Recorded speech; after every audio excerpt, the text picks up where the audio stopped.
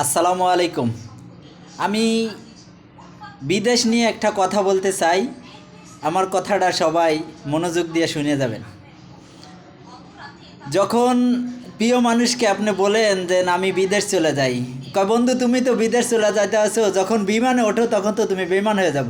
কথাটা কিন্তু বাস্তব।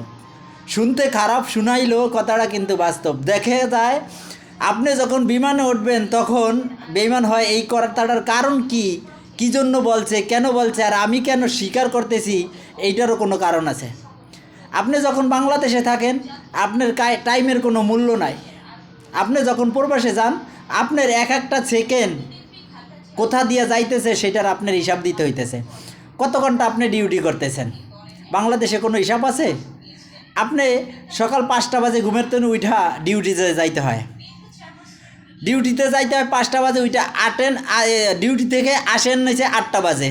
8টা বাজে আসার পরে আপনি পাকশাক কইরা খাইতে খাইতে আপনি 9:30 10টা বাজে। তখন আপনি এর ভিতরে আপনি কি কইরা দেশে কথা বলবেন আর প্রিয় মানুষের সাথে কথা বলবেন? তখন এই জন্যে বলা হয় যে নামে মানুষ বিমানে যখন উঠে তখন মানুষ বেইমান হয়ে যায়। আসলে সে যুদ্ধ করতে করতে সে শহীদ হয়ে গেছে, এই জন্য মানুষে বেইমান বলে। যদি আমার এই কথাগুলো ভালো লাগে, যাদের কথাগুলো ভালো লাগে লাইক কমেন্ট শেয়ার করতে ভুলবেন না।